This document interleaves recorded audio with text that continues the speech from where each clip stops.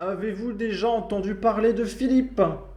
Je pense que oui, mais on parle d'un autre Philippe. D'accord, les copains? Et celui-ci a 23 ans et il a été sauvagement tabassé à mort par des individus armés d'une hache et de battes de baseball à la Grande Sainte dans le 59. Le maire lance un appel au calme. Évidemment, si le maire dit "Eh, calmez-vous", du coup tout le monde va se calmer, hein, d'accord? Les délinquants ils vont arrêter de se pointer avec des haches et des battes de baseball. En tout cas, la violence avec des haches, quoi. Vous savez ce que c'est une hache? Une hache, c'est pour couper des troncs d'arbres de 15 mètres de haut, d'accord? Dans la nuit du 15 au 16 avril, un homme a été pris en charge entre la vie et la mort derrière le carrefour Contact, situé face à la mairie. Les agresseurs étaient trois, armés de battes de baseball et d'une hache. Sur place, la stupeur domine. C'était vraiment un mec bien. Je l'ai vu grandir dans le quartier. Témoigne anonymement un grand Saintois, évoquant une agression gratuite. Sur ses réseaux sociaux, le boxeur grand Saintois Raphaël Tronquet a réagi, publiant un message demandant des informations sur le ou les agresseurs. Je viens d'apprendre qu'il y a à Grande-Sainte des agressions à répétition. Une des personnes agressées serait morte aujourd'hui des suites de ses blessures, écrit-il. Martial Bayert a pris la parole ce soir sur les réseaux sociaux. Il a réagi à la suite de la terrible agression. Un jeune animateur de la commune âgé d'une trentaine d'années, prénommé Philippe, a été roué de coups par plusieurs individus. Préoccupé par la tournure des événements, le maire de Grande-Sainte, Martial Bayert, s'est exprimé. Le décès est annoncé sur la cagnotte, donc il y a déjà une cagnotte pour la victime.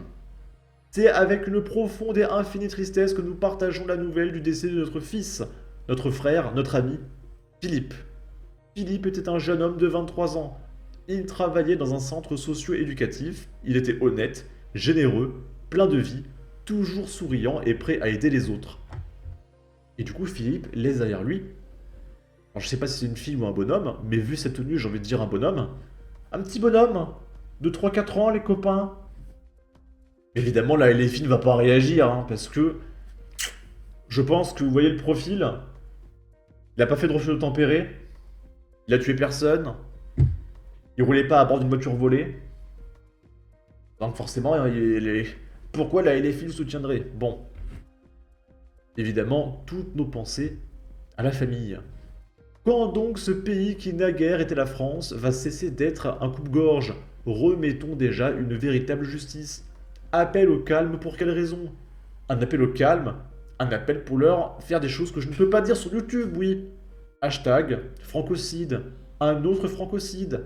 Donc c'est tous les jours, marre de tendre l'autre joue. Ici, on est à Marseille, une directrice d'école s'est fait défoncer par une mère, hein, dont le fils n'avait pas pu participer à une sortie scolaire. La victime, donc la directrice, a été traitée de raciste avant de se faire défoncer.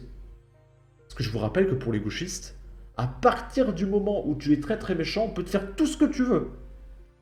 Donc il fallait d'abord dire tu es très très méchant pour pouvoir la défoncer. D'accord? Une altercation entre une mère et l'équipe enseignante de l'école de Millière dans le 11e arrondissement de Marseille s'est terminée par des coups et griffures sur la directrice avec une ITT de 5 jours. La discussion a duré un moment, mais les maîtresses avaient beau expliquer que légalement elles n'avaient pas le droit de faire sortir un élève de l'école sans l'autorisation des parents, elles ne voulaient rien entendre. Elle a commencé à les insulter, à les traiter de très très méchants. Alors, voyant que les échanges ne menaient à rien, la directrice lui a demandé de calmement quitter l'école, poursuit le père de famille. Une demande que la maman, mais surtout la fille aînée qui l'accompagnait, n'a pas appréciée. La grande sœur a porté des coups de poing, donné des claques et griffé la directrice de l'école, souffle le parent d'élève. Une agression suffisamment lourde pour conduire à une incapacité temporaire de travail de 5 jours. C'est merveilleux! L'accusation de racisme est un permis de tuer les blancs. Épisode 7475. La France de demain. Ben voyons. Toujours les mêmes, ils génèrent le racisme chez les autres. On ne peut plus les voir tellement ils sont inaptes à la vie sociale dehors. Ici, on est à Bordeaux. Pareil, ça monte crescendo la violence. Après lui avoir volé son portable, ils l'ont aspergé d'ammoniac sur la gueule est gravement brûlé au visage. Il risque de perdre partiellement la vue. Le mec est aveugle. Partiellement. Et du coup, je suppose que l'agresseur, il va prendre de la prison ferme. LOL XD, PTDR. Je suis allé voir l'article, malheureusement, c'est caché derrière un paywall. Donc on ne pourra pas lire l'article. C'est dommage. Info Actu 17, on est à Ajaccio, donc c'est vers la Corse, d'accord. Des policiers hors service reconnus et roués de coups. Des policiers, hein. Par une vingtaine de mecs. 2 sont sérieusement blessés. Une enquête pour violence en réunion sur personne dépositaire de l'autorité publique a été ouverte. Les faits se sont déroulés à la sortie d'un bar de nuit situé sur le port d'Ajaccio vers 2 h du matin, au moment de la fermeture. Un établissement où les 9 policiers ont passé la soirée, qui s'est déroulée normalement et sans encombre. Mais à la sortie, un groupe d'hommes les a agressés après les avoir vraisemblablement identifiés au cours de cette soirée, expose une source proche de l'affaire. Donc s'ils les reconnaissent, c'est qu'ils se sont fait arrêter. Et s'ils sont dehors pour pouvoir les reconnaître, c'est qu'ils ont été relâchés. Donc si on arrêtait de relâcher les mecs, il n'y aurait pas eu 9 policiers qui se seraient fait agresser. En toute impunité, d'accord? L'un des CRS qui est sorti avant les autres a été violemment frappé par une dizaine d'agresseurs. Témoins des faits, plusieurs de ses collègues sont sortis à leur tour pour le protéger et ont également été frappés. 2 autres fonctionnaires ont eux aussi été roués de coups alors qu'ils étaient en train de venir en aide à un homme inconscient au sol. L'un a notamment été frappé avec un casque de moto. Un 4e policier a été poursuivi par une dizaine de mecs et s'est jeté à l'eau pour leur échapper, poursuit une source. Suite à des verbalisations, 2 des policiers se sont vus attribuer 5 et 6 jours d'incapacité totale de travail, selon nos informations. L'un d'entre eux souffre d'une fracture du nez. D'après les premiers éléments, cette violente agression fait suite à des verbalisations réalisées dans la journée. L'un des agresseurs serait un membre de la famille d'un contrevenant, explique la même source. Certains habitants sont hostiles aux CRS qui viennent de métropole en renfort et n'hésitent pas à leur faire savoir, observe un officier de police du département. Ils estiment qu'ils ne devraient pas être contrôlés ou verbalisés par des policiers du continent. La scène a été filmée. Toujours selon nos informations, cette violente agression a été en grande partie filmée par les vidéoprotections, ce qui a permis de corroborer le récit des victimes. Sollicité, le procureur de la République d'Ajaccio, Nicolas Sept, nous indique qu'une enquête du chef de violence en réunion sur personne dépositaire de l'autorité publique a été ouverte. Les policiers agressés et plusieurs témoins ont été interrogés par les enquêteurs de la direction interdépartementale de la police nationale. Le travail d'élucidation des auteurs de l'agression est bien avancé à ce stade, souligne le magistrat. Des policiers, pris à partie parce qu'ils sont policiers, parce qu'ils sont reconnus en tant que policiers, ça commence à faire beaucoup, réagit Rudy Mana, porte-parole du syndicat Alliance Police Nationale. Nous avons déjà de nombreuses affaires similaires sur le continent, également cette fois en Corse. Ça commence à devenir pénible pour tous nos collègues de devoir subir des invectives et des violences juste parce qu'ils sont policiers qu'ils font leur travail. Cela fait déjà longtemps qu'Alliance réclame des peines minimum pour ceux qui s'en prennent aux forces de l'ordre, mais aussi à tous les représentants de l'État.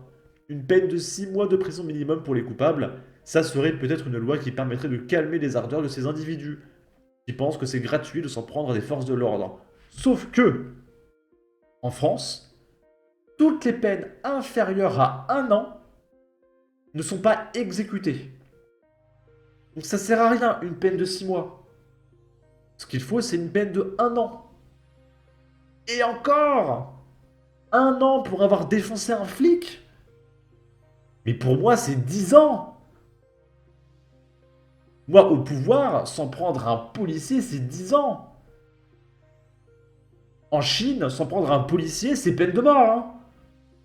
En France, on réfléchit à potentiellement faire une loi pour peut-être punir l'agression des policiers. Non mais attendez. C'est complètement dingue, hein. Et tu m'étonnes que le pays sombre dans la violence. Et pour finir, là on est à Nîmes. Une fusillade a éclaté ce soir dans le quartier du chemin bas d'Avignon. Des fusillades tous les jours dans ce pays. 5 blessés, dont un gravement. Une fusillade a éclaté ce mardi soir dans le quartier du chemin bas d'Avignon à Nîmes. D'après les informations de valeur actuelle de sources policières, au moins 5 personnes ont été blessées, dont une grièvement. La victime a reçu 1 à 2 balles dans la cuisse et souffrirait d'une hémorragie importante. Au moins 6 douilles ont été retrouvées au sol dans ce quartier réputé pour son trafic de sandwich. 3 individus ont pris la fuite. Un véhicule a été retrouvé incendié. La police judiciaire a été saisie. Et il y a un mec qui répond, c'est le Far West partout. Sur ce, n'hésitez pas à donner votre avis, votre opinion, à partager, liker, commenter, ça aidera au référencement de la vidéo sur YouTube. Abonnez-vous, suivez-moi sur Twitter et à la prochaine pour de futures vidéos. Ciao.